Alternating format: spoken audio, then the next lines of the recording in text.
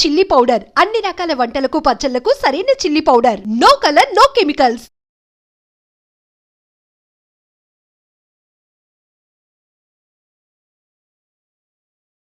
నమస్కారం, welcome to I dream. ధర్మ మార్గం విత్ విజిత కార్యక్రమానికి స్వాగతం. ప్రస్తుతం మనతో పాటు ఉన్నారు ప్రముఖ జ్యోతిష్య వాస్తు పండితులు, లలిత ఉపాసకులు శ్రీ శ్రీ శ్రీ నానాజీ పట్నాయక్ గారు. ఇప్పుడు గురుగారితో మాట్లాడదాం. నమస్కారం గురుగారు. శ్రీమాత్రే నమః. గురుగారు, చాలా మంది పూజల విషయానికి వస్తే బాగా ఎక్కువగా భక్తిలో మునిగిపోతూ ఉంటారు, నిత్యం పూజలు ఇవన్నీ కూడా చేస్తూ ఉంటారు, ఆలయ దర్శనాలకు వెళ్తూ ఉంటారు. కానీ సడన్ గా ఏమైందో తెలియదు, అన్ని మానేస్తారు చేయటం. అసలు ఎటువంటి వాటిల్లోనూ పార్టిసిపేట్ చేయరు. ఎవరైనా పిలిచినా వెళ్ళడానికి కూడా ఇష్టపడనంత ఘోరంగా నాస్తికుల్లా తయారైపోతూ ఉంటారు. మరికొంతమంది అసలు పూజలు అంటేనే దూరంగా ఉండేవాళ్ళు, ఏం జరుగుతుందో తెలియదు, అకస్మాత్తుగా పూజలు, వ్రతాలు ఇలాంటి వాటిల్లో ఎక్కువగా ఇన్వాల్వ్ అయిపోతూ ఉంటారు. ఎందుకని ఇట్లా రెండు రకాలుగా ఈ మూడ్స్ అనేవి ఎందుకు మారిపోతుంటాయి భగవంతుడి విషయంలో వీళ్ళకి? చాలా మంచి ప్రశ్న వేశారు. ఫస్ట్ ఆఫ్ ఆల్ ఏంటంటే ఇక్కడ దీనికి దశ మార్పు అంటారు.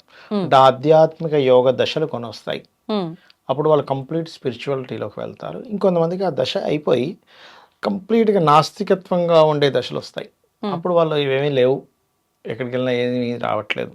ఇదంతా కారణం ఏంటంటే ఒకటి దశలు, రెండవది భగవంతుడి మీద క్లారిటీ లేకపోవడము.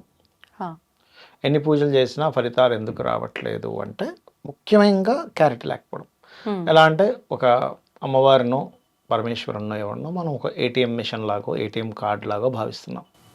ఎంతసేపు వెళ్ళగానే మనం కార్డు పెట్టగానే డబ్బులు రావాలి, గుడికి వెళ్ళగానే మనకి డబ్బులు కలిసి వచ్చేయాలి, ఇంట్లో పూజ చేయగానే లక్షలు కలిసి వచ్చేయాలి, క్షేత్రానికి తిరుపతికి వెళ్తే మన పని అయిపోవాలి. అంటే ఆయన మొక్కితే ఏదో అవుతుంది అనేది, ఏదో అవుతేనే నేను మొక్కుతాను, ఏది ఎక్కడికి వెళ్ళి మొక్కితే నాకు ఏదవుతుందో అక్కడికి వెళ్తాను, అవ్వకపోతే వదిలేస్తాను అనే పాయింట్ ఆఫ్ వ్యూలో మీరు పూజలు చేస్తే అదేదో మీకు యోగం వల్ల సిద్ధించవచ్చేమో కానీ అసలు అది మీరు దైవాన్ని చూసే లక్షణం అది కాదు అంటా నేను. అసలు మీరు చూస్తున్నది దేవతని. సొంత తల్లినైనా మీరు స్వార్థంగా చూడగలరా? లేదు. సొంత తల్లి కొడుకుని స్వార్థంగా చూస్తే ఎలా అనుకుంటాం మనం? అసలు చూడరు అండి. అసలు తల్లి కొడుకుని ఇంత స్వార్థంగా చూస్తుందా? నువ్వు నాకు ప్రతి నెల జీతం తెచ్చి పెడితేనే నేను ఇంట్లో పెట్టుకుంటే పంపించేస్తాను. ఉన్నారంటారు అలాంటి వాళ్ళు? ఎక్కడో మాతృదోషం పితృదోషాలు ఉంటాయి, అట్లాంటి వాళ్ళు ఉంటారు కోర్టులో ఒకరు ఉంటారు. కానీ సొంత తల్లిదండ్రులని లేకపోతే సొంత తల్లిదండ్రుల పిల్లల్ని అలా చూస్తేనే మనం ఒప్పుకోము. అలాంటి నువ్వు దేవతను ఆ కోణంలో చూస్తున్నావు. అసలు నువ్వు ఎందుకు పూజ చేయాలనే కాన్సెప్ట్ నీకు లేదు, ఎలా చేయాలనేది లేదు, ఫలితం రావట్లేదు అందుకు నేను వదిలేస్తాను అంటున్నావు, ఎప్పుడో లక్కీగా ఫలితం వస్తే నువ్వు పట్టించుకుంటున్నావు. అంటే నీ కాన్సన్ట్రేషన్ అంతా కూడా ఫలితం మీదే ఉంది కానీ దేవతని ఎలా అర్థం చేసుకోవాలనే దాని మీద లేదు. మన అంటే జీవితంలో రిలేషన్స్ కూడా ఎందుకు పాడవుతున్నాయంటే వాడి వల్ల లాభం ఉంటే నేను కంటిన్యూ అవుతా, అంతే. అవును, లాభం లేకపోతే నేను వదిలేస్తా. ఎత్తడం కూడా, ఆఖరికి ఫోన్ ఎత్తడం కూడా వీటితో లాభం ఉంటేనే ఫోన్ ఎత్తాం, లేకపోతే ఎందుకు? అంత కమర్షియల్ అయిపోయింది. ఈవెన్ ఈ కమర్షియల్ని మనం దేవతకు కూడా తీసుకెళ్ళి ఆపాదిస్తున్నాము. అందుకే దేవత దగ్గర మనకు ఫలితం రావట్లేదు ఒకటి. ఇంకొంతమంది అంటారు, ఏమంటే నేను 20 ఏళ్ళ నుంచి పూజ చేస్తున్నాను కానీ నాకు ఫలితం రావట్లేదు అంటాడు. దీనికి కారణం ఏంటంటే మనిషి అక్కడ కూర్చున్నాడు పూజ చేయడానికి, వాడి బుద్ధితో కొన్ని స్తోత్రాలు చదువుతున్నాడు, కానీ ఈ రెండిటికంటే అతి ముఖ్యమైనటువంటిది మనసు అక్కడ పెట్టట్లేదు. మనసు ఏమో ఎక్కడో తిరుగుతుంది. బాస్ ఏమంటాడో, ఇంటికి రెంట్ కట్టాలి, లేకపోతే గర్ల్ ఫ్రెండ్ ఏమంటుందో, బాయ్ ఫ్రెండ్ ఏమంటాడో, ఫ్రెండ్తో గొడవ అయింది నిన్న, లేకపోతే ఇక్కడేదో క్లయింట్ రానన్నాడు, కస్టమర్ ఏదో అయింది, ఇవే తిరుగుతూ ఉంటాయి. ఆ ఉన్న అరగంట కూడా మన మనసును అక్కడ పెట్టట్లేదు. మీరు ఎప్పుడైతే మనసు పెట్టి పూజ చెయ్యరో 100% మీ పూజ ఫలించదు. మీరు ఎందుకు అంత దాకేందుకు? మీరు ఫుడ్ తినేటప్పుడు ఒక విషయం చెప్తారు, ఫోన్ చూసుకుంటూనో టీవీ చూసుకుంటూనో మాట్లాడకుండా తినకండి, మాట్లాడుకుంటూ దాని మీద కాన్సన్ట్రేషన్ చేయండి అంటారు. ఎందుకంటారు? సైంటిఫిక్గా మీరు ఏవైతే ఫుడ్ తిందామని చూస్తున్నారో దానికి సంబంధించిన లోపలవి ఊరుతాయి, లోపల దానికి సంబంధించిన కొన్ని యాసిడ్స్ లాంటివి మన కడుపులో మనం చూస్తున్న దాని బట్టి రసాయనాలు.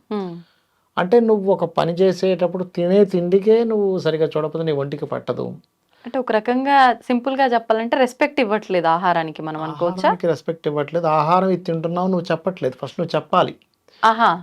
దీక్ష తీసుకునేటప్పుడు కూడా, లేదా ఒక కలశం పెట్టేటప్పుడు, ఒక మంత్రం తీసుకునేటప్పుడు దేవతకి చెప్తారు, అమ్మ రేపటి నుంచి నేను ఇది చేస్తున్నాను, నేను చేసేది ఆటంకం కలగకుండా కాపాడు. మనం పూజ కంప్లీట్ అయ్యాక కూడా అమ్మాయి ఏదైనా తప్పు ఉంటే క్షమించు అని చెంపలేసుకుంటాం. అవును, అవునండి. ఎందుకు వేసుకుంటాం అంటే అక్కడ దేవత చూస్తుంది, దేవత ఉంది ఉన్నారు. అనే భావన మనకు కలగనప్పుడు ఉమ్, మనం చేసే పూజ ఏదో ఈ వస్తువు అక్కడ ఆ వస్తువు ఇక్కడ కదిపినట్టే ఉంటుంది. కానీ ఉమ్, మీకు ఎక్కడా కూడా దేవతకి మీరు కనెక్ట్ అవ్వరు. రిలేషన్ అనేది ఏర్పడకుండా ఇప్పుడు మీరు ఉన్నారు, పక్కింట్లో వాళ్ళు ఉంటారు, అసలు పక్కింటి వాళ్ళని ఎప్పుడూ పలకరించకుండా పక్కనే ఉన్నామండి నాకే హెల్ప్ చేయలేదు అంటే అర్థం లేదు. అవును. కానీ అదే పక్కింటి వాళ్ళకి మీరు ఏదో పిండి వంట వండుకున్నప్పుడు ఇవ్వడము, వాళ్ళకి ఏదైనా కష్టం వస్తే మీరు help ఇచ్చిపుచ్చుకోవడాలు, చేయడం, రాకపోకలు. ఇచ్చిపుచ్చుకోవడాలు, పలకరించడాలు, నవ్వుతూ చేస్తే అప్పుడు మీకు ఇంట్లో ఏదో శబ్దమైందని వెంటనే పరిగెట్టుకొని వస్తారు. అవును. మీరు ఏ రిలేషన్ లేదు, ఉల్టా నువ్వు కారు ఇక్కడ పెడతావా, నా ఇంటి ముందు నువ్వు కారు పెడతావా, నా ఇంటి ముందు నీ కుక్క చుచ్చబోసింది, లేకపోతే నీ కారు మడ్గర్ నా ఇంటి ముందుకు వచ్చింది, గోడ నుంచి కొంచెం వెనక్కి జరుపు, ఇవన్నీ పెట్టుకుంటే అసలు రిలేషనే నువ్వు పక్కింటి అయ్యో ఇవంటారేంటి, పక్కింట్లో ఉన్న చెట్టు ఆకులు అవి ఇవి కొమ్మలు ఇంట్లోకి వాళ్ళతో గొడవ పెట్టుకునే వాళ్ళు కూడా గొడవ ఉన్నారు. పెట్టుకుంటారు, ఆకులు వచ్చి పడితే గొడవ పెట్టుకుంటారు. అంటే నువ్వు ఫస్ట్ నీ యొక్క తత్వంలో మార్పు లేనప్పుడు నువ్వు రోజు నిత్యం పూజ చేసిన దేవత నీ దగ్గర రాదు.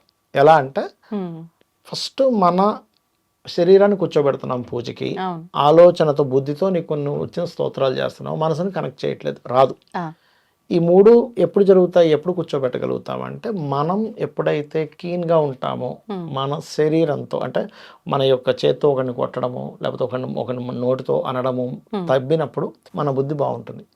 బుద్ధిలో కూడా అంటే ఎవడైనా ఏదైనా ఇప్పుడు ఒక ప్రమోషన్ వచ్చింది, వీడికి వచ్చింది నాకు రాలేదని వాడి మీద ఈర్షపడడం, ఉమ్, ఇలాంటివి చేసినప్పుడు బుద్ధి బాగుపడుతుంది. ఈ మనిషి యొక్క శారీరకంగా బుద్ధిపరంగా బాగున్నప్పుడు మనసు వచ్చి చేరుతుంది. ఉమ్, ఎందుకంటే ఈ రెండు చేసే యాక్టివిటీ వెనకే ఈ మనసు తిరుగుతూ ఉంటుంది. అవును, అవును. అయితే ఇక్కడ మనం చెప్పినంత ఈజీ కాదు. ఒక పూజ చేసేటప్పుడు అక్కడ మనిషి, బుద్ధి, మనసు ఈ మూడు ఉండాలి. ఉండడం చెప్పడం అంత ఈజీ కాదు. అవును. ఎప్పుడు సాధ్యము అంటే ఉమ్, ఫస్ట్ నీ మనసు యాక్సెప్ట్ చేయదు, దేవుడు ఉన్నాడని కంప్లీట్ యాక్సెప్టెన్స్ లేదు మనిషికి. ఏదో ఉండొచ్చు మన నాన్న పిచ్చోడేం కాదు కదా, పోయిందేముంది, ఉన్నాడేమో, ఉంటే నేను చేస్తే ఇస్తాడేమో. ఇస్తాడో ఇవ్వడో. ఆ. కానీ నిజం చెప్తున్నాను, మీరు గనక త్రికరణ శుద్ధిగా అంటే మనసుని, బుద్ధిని, మీ యొక్క త్రికరణ శుద్ధితో మీరు ఒక మంత్రం చదివితే ఉమ్, కొన్ని రోజుల్లో మీకు దర్శనం జరుగుతుంది. భగవద్ దర్శనం 100% జరుగుతుంది. ఉమ్, అందులో 1% కూడా డౌట్ లేదు. కాకపోతే మీరు యాక్సెప్ట్ చేయాలి, నాకు దర్శనం జరగాలి, అమ్మవారిని చూడాలి.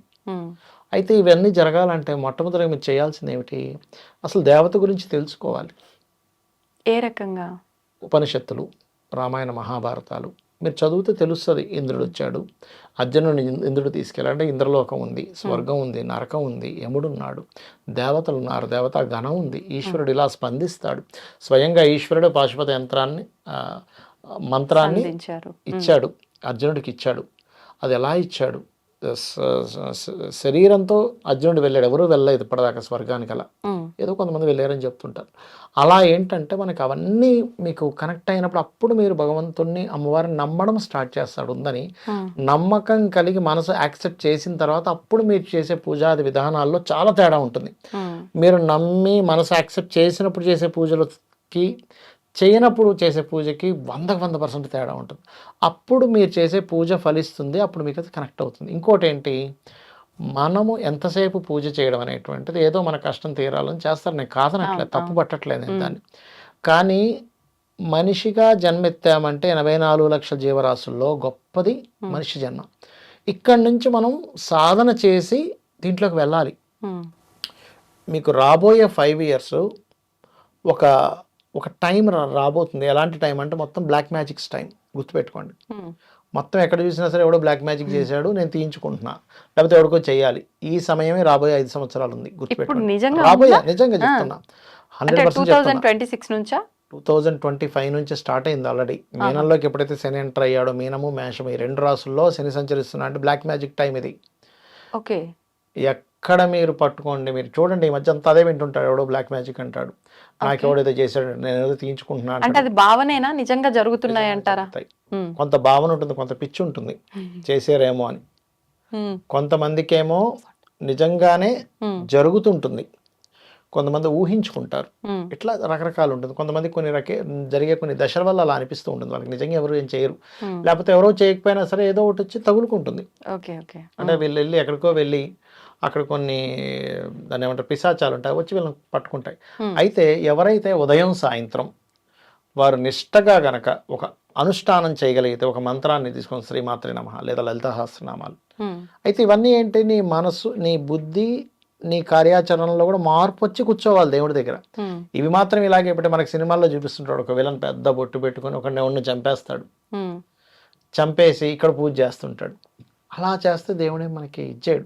కాకపోతే దేవుడి మీద నమ్మకం ఉన్నప్పుడు ఇక్కడ మీకు అనిపించవచ్చు, మరి రావణాసుడికి ఎలా ప్రత్యక్షం అయ్యాడండి, నాకు చాలా డౌట్స్ వచ్చేవి. మరి రావణాసుడు అంత దుర్మార్గుడు కదా, ఆయన బ్రహ్మ ఎలా కనబడ్డాడు? శివభక్తుడు చెప్తానండి. బ్రహ్మ దగ్గర పొందాడు, శివుడి దగ్గర కదా ఆయన పొందింది, బ్రహ్మ దగ్గర పొందాడు, శివుడి దగ్గర కదా ఆయన పొందింది వరం, బ్రహ్మ దగ్గర పొందాడు వరాన్ని, బ్రహ్మ ఇచ్చాడు ఆయనకి వరం. శివుడి దగ్గర ఒకసారి ఒక కొండ దగ్గరికి వెళ్ళి ఆయన అక్కడ వెళ్తుంటే చెప్తాడు నందీశ్వరుడు, ఇది శివుడికి సంబంధించినటువంటిది, ఇది ఇక్కడ నుంచి ఎవరు వెళ్ళడానికి వీల్లేదంటే నాకే ఎదురు చెప్తారు, నేను దీన్ని మొత్తం లేపేస్తానని 2 చేతులతో లేపుతాడు. ఆయన ఒక్కసారి శివుడు పైన ఉన్న శివుడు బొటన వేలుతో ఇలా అంటే చేతులు అందులో ఉండిపోయి ఓ ఏడుస్తాడు. అసలు అప్పటి నుంచే రావణ అని పేరు. రవం చేశాడు గట్టిగా, ఏడిస్తే అప్పుడు నువ్వు మళ్ళీ స్తుతించు, ఆ శివుడిని స్తుతిస్తే అప్పుడు నీకు వదులుతాడు అని. అప్పటి నుంచి రావణ పేరు అతనికి. అలా ఏంటంటే మనము నమ్మకము భగవంతుడు ఉన్నాడనే భావనతో చేసి ఒక సాధనా మార్గం లాగా, ఒక ఏటీఎం కార్డు లాగో, ఒక ఏటీఎం మిషన్ లాగో భగవంతుని చూడడం కాకుండా నేను ఒక సాధన చేస్తున్నాను. ఇప్పుడు చాలామంది మీరు ఇందాక అడిగారు ప్రశ్న, కొంతమంది చేస్తే వదిలేస్తారండి, కొంతమంది సడన్గా పట్టుకుంటారు ఉన్నాయి. ఇప్పుడు మీరు గనక మీరున్నారు, ఇప్పుడు మీరు ఎగ్జాంపుల్ నెలకు ఒక ఉదాహరణ చెప్తున్నా, మీరు అనేది సమ్ ఎక్స్పర్సన్ ఒక 50,000 సంపాదిస్తున్నాడు, 1,00,000 రూపాయలు సంపాదిస్తున్నాడు అనుకుందాం, లేకపోతే 20,000 తక్కువ శాలరీ చేస్తున్నాడు, తల్లి ఉంది. మీకు 4 డబ్బులు రాగానే అంటే 20,000 శాలరీ చేసే వ్యక్తికి సడన్గా లైఫ్లో ఒక 2 లక్షలకో 3 లక్షలకో చేరుకున్నారు, తల్లిని వదిలేస్తాడా? వదిలేయరు. ఎందుకు వదలడు అంటే తల్లికి ఇంకా అమ్మ నేను డూప్లెక్స్ తీసుకుంటా, నీకు పెద్ద రూమ్ ఉంటుంది పూజ చేసుకోవడానికి, ఇంకా బాగా చూసుకుంటా, పక్కన ప్లేస్ ఉంటుంది, నువ్వు అక్కడ పువ్వులు పండించుకోవచ్చు, నీ పుష్పాలన్నీ నువ్వు కొనుక్కోవాల్సిన పనులు, నీ పుష్పాలు నువ్వు తీసుకెళ్ళి చేసుకోవచ్చు, నీకు మొక్కలంటే ఇష్టం కదా. ఇంకా కోటీశ్వరుడు అయితే ఇంకా తల్లిని ఇంకా బాగా చూసుకుంటాడు, బాగుంటాయి. అవును, ఎందుకు ఒక రిలేషన్ ఉంది, తల్లి అని ఒక రిలేషన్ ఎలా ఉందో దేవత కూడా నా తల్లి అనే రిలేషన్లో ఉండాలి. ఎప్పుడైతే ఆ రిలేషన్ లేదో, మనము నాకు నీ నుంచి ఏమీ రావట్లేదు కాబట్టి ఒక బిజినెస్ ఇలా చేయకూడదు, భగవంతుడితో చేయాల్సిన బిజినెస్ కాదు. అందరూ ఏమంటారు పూజలు చేసేవాడిని బిజినెస్ అంటే, ఏమంటే పూజలు చేసేవాడు ఇంకా పర్లేదు, వాడు చేస్తున్నాడు. ఇక్కడ నువ్వు తెలియకుండానే ఒక బిజినెస్ లోకి వెళ్ళిపోయావు, నాకు ఈ ఫలితం వస్తే, ఒక ఏటీఎం కార్డు లాగో ఏటీఎం మిషన్ లాగో నాకు ఈ ఫలితం వస్తే ఈ టెంపుల్కి రెగ్యులర్గా వెళ్తా, ఈ ఫలితం రాకపోతే అమ్మో ఈ టెంపుల్ మానేస్తా అంటే అది కాదు.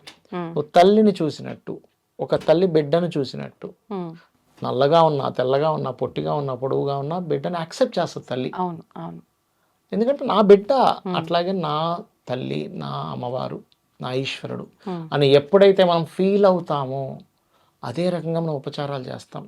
నీ కంటికి నువ్వు ఇప్పుడు అనుభవిస్తున్నటువంటి కర్మ నీ కంటికి కనబడవచ్చు, ఏమిటో ఎన్ని పూజలు చేసినా ఫలితం రావట్లేదు, కానీ నువ్వు ఎప్పుడైతే నిత్య సాధన చేస్తావో ఈ సాధన ఫలితం ఆఫ్టర్ డెత్ తర్వాత దేవత నిన్ను తీసుకెళ్తుంది, ఎక్కడ తీసుకెళ్ళాలి, ఈ సంసార బంధం నుంచి విముక్తిని కలిగిస్తుంది. అది నిజమైనట్టు నిర్వచనం పూజలు చేయడానికి. అంతేగాని ఏదో కష్టం వచ్చింది కాబట్టి వెంకటేశ్వర స్వామిని, కష్టం పోయాక మళ్ళీ వెంకటేశ్వర స్వామి కాదండి నేను ఇంకో మతంలోకి వెళ్ళిపోవడం. అంటే అసలు కష్టాలు వచ్చినాయి కదా అని చెప్పి పూజించకూడదా? పూజించే భావన భక్తిగా ఉండాలా? నేను అనేది ఒకటే, మీరు అడగండి అమ్మవారిని. ఇప్పుడు మీరు ఉన్నారు, మీకు చిన్న పాప ఉంది అనుకుందాం, ఒక కత్తెర కావాలన్నది మీరు ఇస్తారా? ఎందుకు ఎవరు? కన్న కూతురేగా కాదు కదా, తనకి తెలియదు ఎలా. అలాగే మనకు అర్హత లేనప్పుడు, మనం దానికి యోగ్యత లేనప్పుడు ఇవ్వడు భగవంతుడు. నువ్వు పుట్టింది ఆ పర్పస్ కోసం కాదనుకోండి, నీకు ఇవ్వడు. ఓకే, నీ పర్పస్ అది కాదు, నీ లైఫ్ అది కాదు, ఇవ్వడు. అరే బాబు నువ్వు పుట్టింది వేరేరా బాబు అని చెప్పలేడు బయటకు వచ్చి సడన్గా. అది మనం అర్థం చేసుకోవాలి. నువ్వు పూజించు, అడుగు, ఇచ్చాడా ఓకే డన్, ఇవ్వలేదా సంతోషం. కానీ నీ పూజ విఫలం అవ్వదు అంటున్నాను నేను. పలానా పూజ చేశానండి ఇది రాలేదు, పూజ విఫలమైంది అనుకోకు, దీని ఫలితం ఇంకో దగ్గర నీకు ఉంటుంది. ఓకే, దీని ఫలితం ఇంకోటి ఏదో విపత్తు రావాల్సింది ఆపిండి ఉంటుంది, పెద్ద విపత్తు ఏదో రావాల్సింది ఆపి ఉంటుంది. కానీ నేను అనేది ఏంటంటే ఒక పూజ ఒక సాధనలా చెయ్యి. నీ లైఫ్లో ఒక సాధన చేస్తున్నాను, అమ్మవారి భక్తులు అంటే ఇంక అమ్మవారే కంప్లీట్గా. ఒక లైఫ్ స్టైల్లో మనకు కొన్ని అలవాట్లు ఉంటాయి. జిమ్కి వెళ్ళడం అవును. బాడీ బాగుండడానికి, ఉమ్, అలాగే నేను ఏదో న్యూట్రిషన్గా నేను ఒక ఫుడ్ పాటిస్తున్నాను, అవును. లేకపోతే కొన్ని జీకే జనరల్ నాలెడ్జ్ పెంచుకుంటున్నాను, ఉమ్, సొసైటీలో కొంతమందితో నేను సర్కిల్ పెంచుకుంటున్నాను. ఇవన్నీ ఎలాగైతే మనిషికి లైఫ్లో అవసరమో అవును. నీ జీవితం అంటే ఇది ఒకటే కాదు, లైఫ్ ఆఫ్టర్ డెత్ ఇంకోటి ఉంది. దానికోసం నువ్వు సిద్ధపడు, ఉమ్, దానికోసం నువ్వు ఒక సాధనా మార్గంలోకి వెళ్ళు. ఇది మనం అర్థం చేసుకోవాలి. ఓకే. అంటే దానికోసం ఇక్కడ మనం మార్గం క్రియేట్ చేసుకుంటున్నాం కాబట్టి చేసుకోవడానికి అది మంచిగా చేసుకోవాలి మన ఎగ్జాక్ట్లీ మన బిహేవియర్ ఎగ్జాక్ట్లీ అంతా. దేవత అంటే ఏంటో నీకు తెలియాలి ఫస్ట్. ఉమ్. ఎంతసేపు దేవతని ఏటీఎం మిషన్ ఒకలా చూస్తానంటే ఎట్లా? నువ్వు చూస్తున్నావు కానీ నువ్వు చూసినా చూడకపోయినా ఆమె ఇవ్వాల్సింది ఇస్తుంది. ఇస్తూనే ఉంటుంది. అట్లాంటప్పుడు ఆ భావనే అనవసరం. అవసరం ఇది అర్థం చేసుకోవాలి దీన్ని బట్టి. చేసుకోగలగాలి. సంతోషం అండి, నిజంగా చాలా చక్కటి వివరణ ఇచ్చారు. ధన్యవాదాలు. శ్రీమాత్రే నమః.